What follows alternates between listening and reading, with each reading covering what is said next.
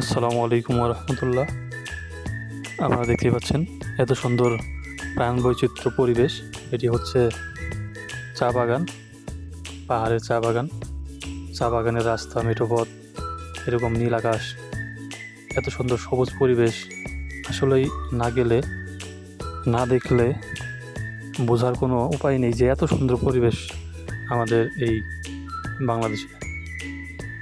তো চা বাগানের ভেতর দিয়ে হেঁটে যাওয়া হচ্ছে, সেই সাথে একটি ভিডিও শ্যুট করা হলো। তো এই যে পরিবেশ এত সুন্দর, সামনেই দেখতে পাচ্ছেন কত সুন্দর পরিবেশ। চা বাগানের যে বড় গাছগুলো দেখতে পাচ্ছেন এগুলো মূলত করাই গাছ। ওই পাশে আছে কাঁঠাল গাছ, গরু ঘাস খাচ্ছে। তো এই পার হতে ওই পার যেতে হবে।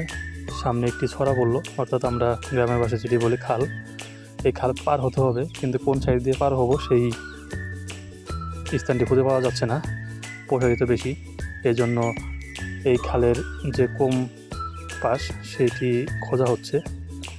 খুঁজতে গিয়ে উঁচু নিচু গর্ত পার হয়ে যাচ্ছি। ওই পাশে দেখা যাচ্ছে একটি ছোট অংশ যেখান দিয়ে হয়তো পার হওয়া যাবে। তো এই ছড়াতে বিভিন্ন ধরনের মাছ থাকে, মূলত যে চিংড়ি মাছটাই বেশি থাকে এই ছড়াতে। তো দেখতে দেখতে একটি ছোট যে পাশ সেটি পেলাম, এবং এই পাশটি লাফ দিয়ে পার হতে হবে। ওই পাশে যদি নরম থাকে তারপর ডেবে যেতে হবে। যাই হোক, শক্ত ছিল এবার এই পাশটা, কিন্তু ওই পাশে দেখা যাচ্ছে যে ভেঙে যাচ্ছে, এবং মাটিগুলো হয়তো বা নরম। লাফ দেওয়ার পরে পা নিচে চলে যেতে পারে। এরপর ওই পাশ দিয়ে পার হতে হবে, তাছাড়া কোনো পথ নেই। এই তো পা ডেবে গেছে অলরেডি, পা দেখাতে পারলাম না। তো এখন দেখা যাচ্ছে যে উঁচু জায়গায় উঠতে হবে, তাই মোবাইলটি রেখে এরপরে উঁচু জায়গায় উঠানো হলো। এই পাশে চা বাগানে এত সুন্দর পরিবেশ, আসলে পুরোটাই এত সুন্দর যেটা না দেখলে বোঝা যাবে না। দেখতে পাচ্ছেন একজন